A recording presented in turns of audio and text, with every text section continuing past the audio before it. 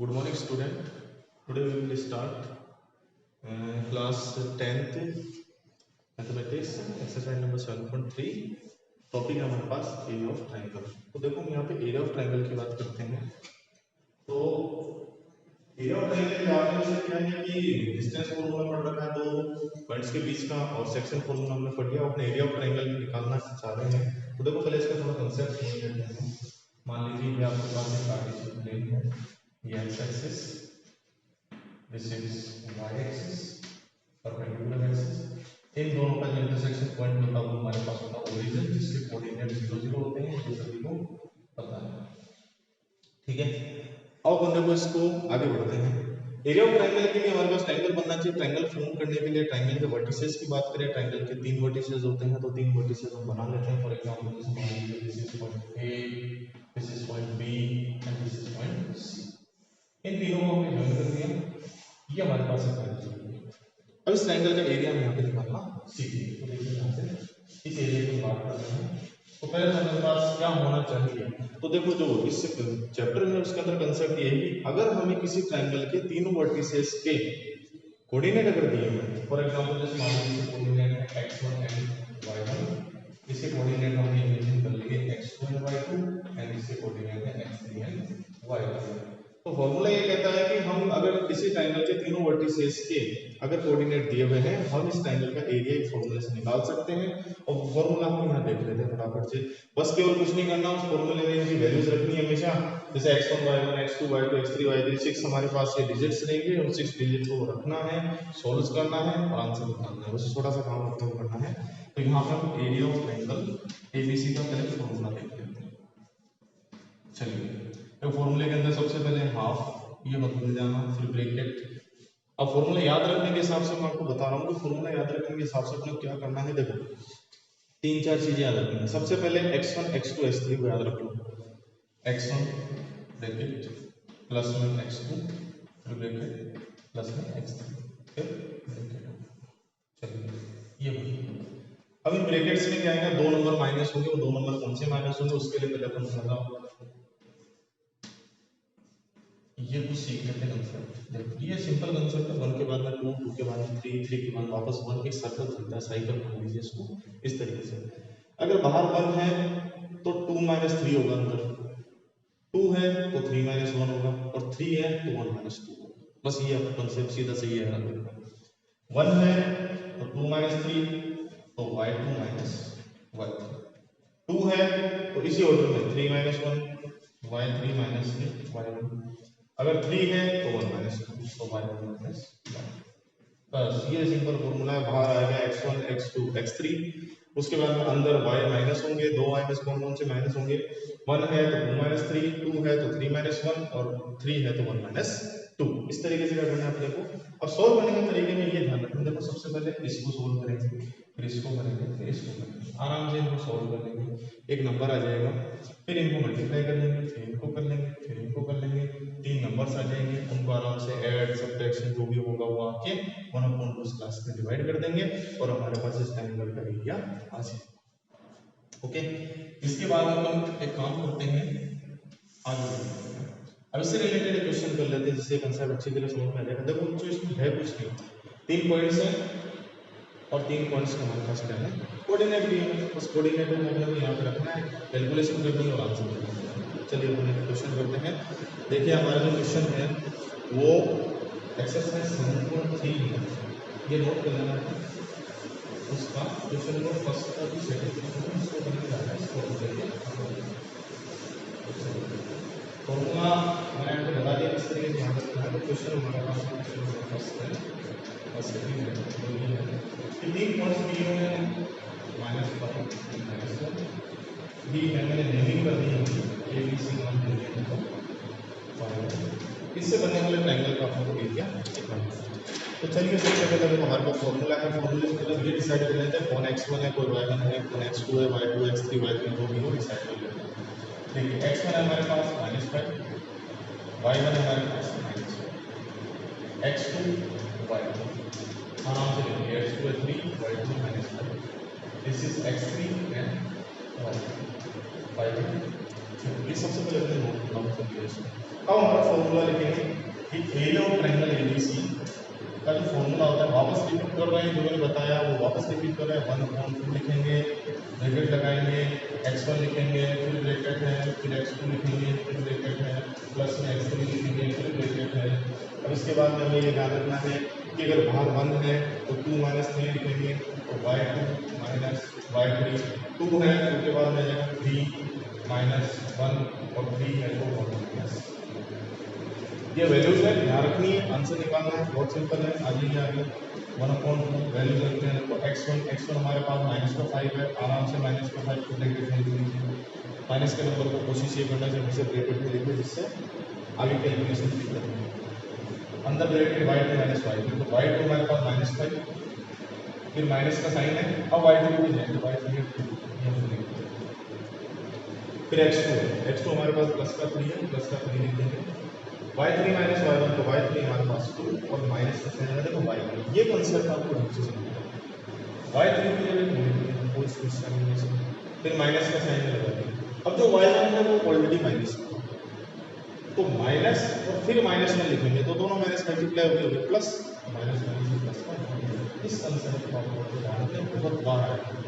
इससे पहले भी जब आप डिस्टेंस फॉर्मूला करते हैं उसमें भी आता है, यहाँ भी आएगा। अब हम बात करते हैं x3 की, तो प्लस का 5 है, प्लस का 5 है, और y1 - y2, then y1 is हमारा -1 और माइनस y2 हमारे पास है, फिर माइनस है, फिर माइनस का 5 फटाफट से कैलकुलेशन, माइनस का 5 है, ये मल्टीप्लाई हो जाएगा। दोनों को इसको सोल्व करते हैं, पहले देखो दोनों माइनस के नंबर ऐड हो जाएंगे, ये माइनस का हो जाएगा हमारे पास 7, प्लस में 3, 2 + 3 ये भी 3 हो रहा है, प्लस में 5। अब यहाँ पर ध्यान देना कि ये प्लस का है, माइनस का है, माइनस हो जाएंगे, सब्ट्रैक्ट हो जाएंगे, 5 में से चला जाएगा, यहाँ पर हो जाएगा। अब आराम से 1/2। देखो दोनों नंबर माइनस के हैं, बट आराम से मल्टीप्लाई करना है, किसी को कोई जल्दीबाजी नहीं करनी है। माइनस माइनस प्लस, 7 × 5 = 35 हो गया, प्लस का 35, ये भी दोनों प्लस के ही हैं, तो प्लस का 3 × 3 = 9 और प्लस के ही हैं 5 हो गया। ओके, चलिए आगे देखो 1/2,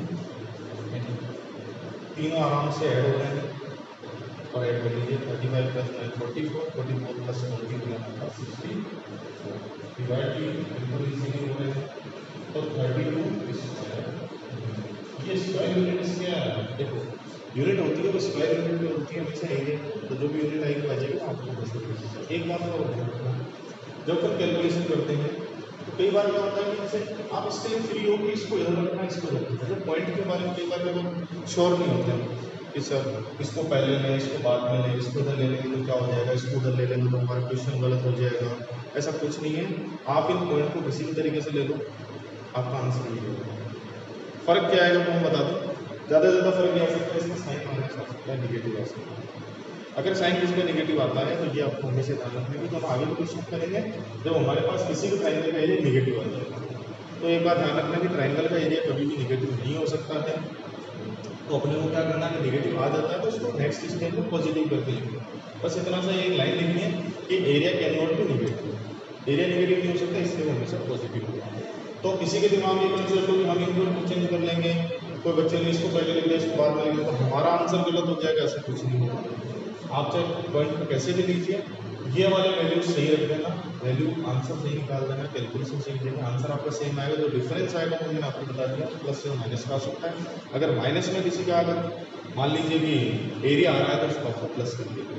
ओके, तो ये क्वेश्चन है हमारे पास, इससे से रिलेटेड अब हम आगे बढ़ेंगे। तो अच्छा, फिर अगले क्वेश्चन पे हम आते हैं।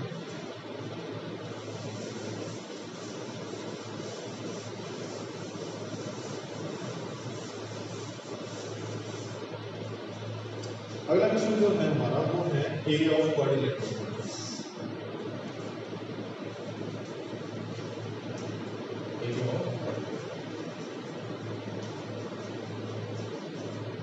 इसका कंसेप्ट एरिया ऑफ ट्रायंगल से आता है।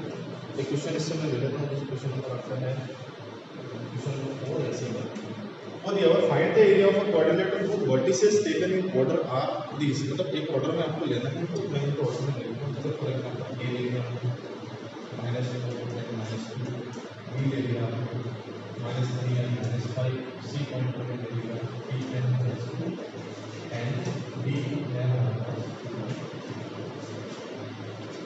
इन चारों पॉइंट से फॉर्म होने वाले जो आपके पास कोऑर्डिनेटर है उसका हम लोग एरिया निकालना है। तो देखो सबसे पहले हम लोग को इसका नॉर्मल रफ डायग्राम ड्रॉ करते हैं।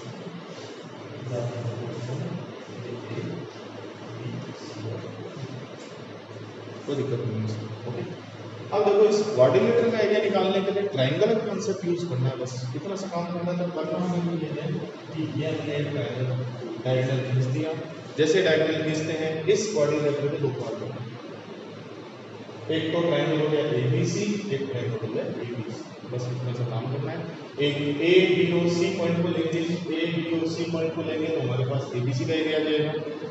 उसके बाद में अगर A D और C को ले लेंगे तो हमारे पास ADC का एरिया आ जाएगा। और दोनों को जब ऐड कर देंगे तो इसका एरिया इसका एरिया एक कोऑर्डिनेटर ABC का एरिया आ जाएगा। तो दोनों अपन काम कर लेते हैं।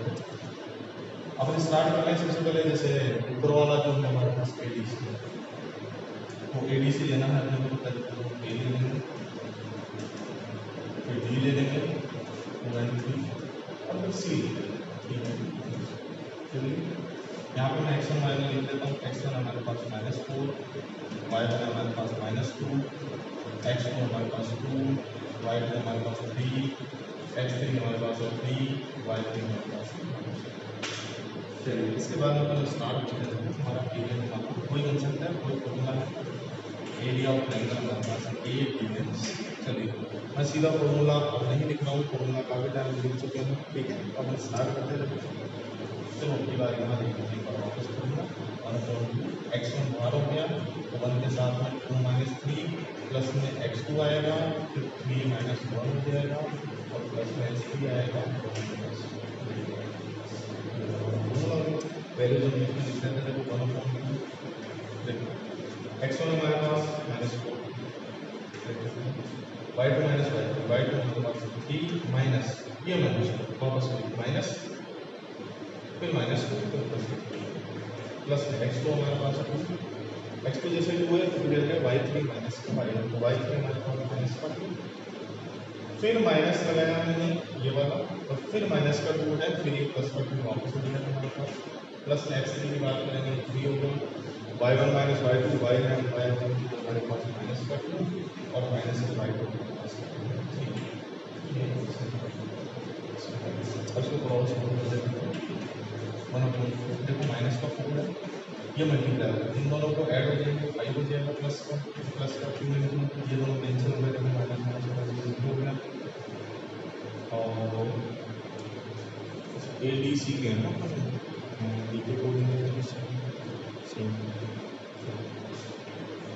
प्लस का 3, ये दोनों माइनस है, दोनों माइनस का पास ऐड हो जाएंगे।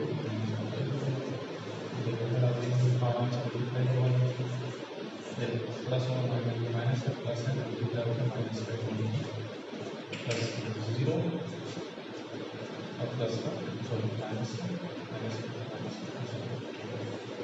ये जो वैल्यू चाहिए जैसे तो ये माइनस का 0 तो 0 हो गया, दोनों माइनस ऐड हो जाएंगे 20 और 50 माइनस का 35 आ रहे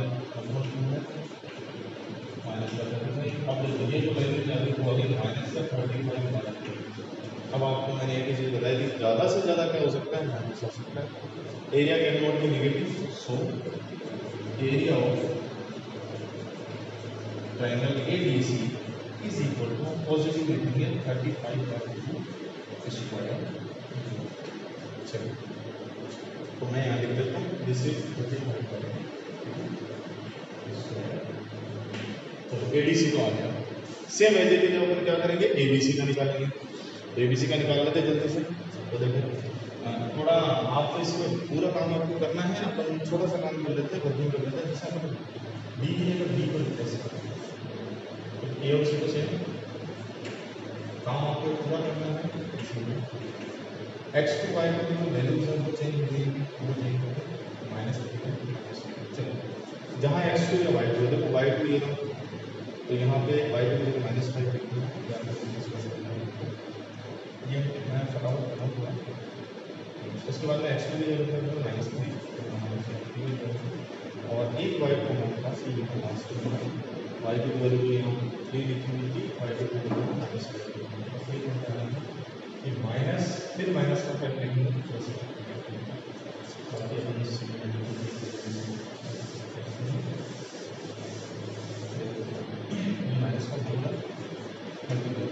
एक माइनस एक प्लस सब्ट्रैक्ट हो जाएंगे, माइनस का 3 हो जाएगा, माइनस का 3 इंटू ये कैंसिल होगी तो 0 में, प्लस में 3 इंटू प्लस का बचेगा 5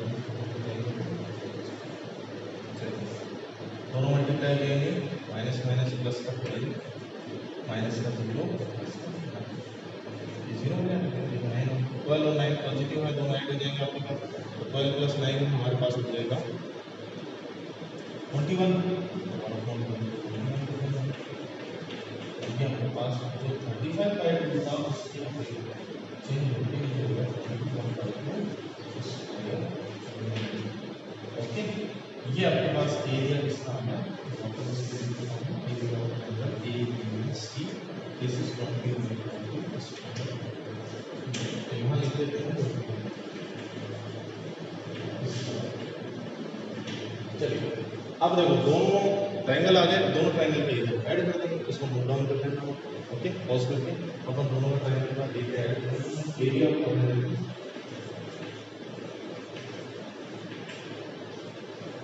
ABC is equal to 35.2 plus the 21.2 and LCM हो गया 35 plus the 21 is equal to 56 divided by 2 is equal to this is the area of the quadrilateral। ऐसे आपको कोई भी 4 पॉइंट अगर मान लीजिए आपको दे दिए जाते हैं, अगर वो क्वाड्रिलेटरल वर्टिसेस हैं तो आप क्या कर सकते हो, क्वाड्रिलेटरल का एरिया निकाल सकते हो।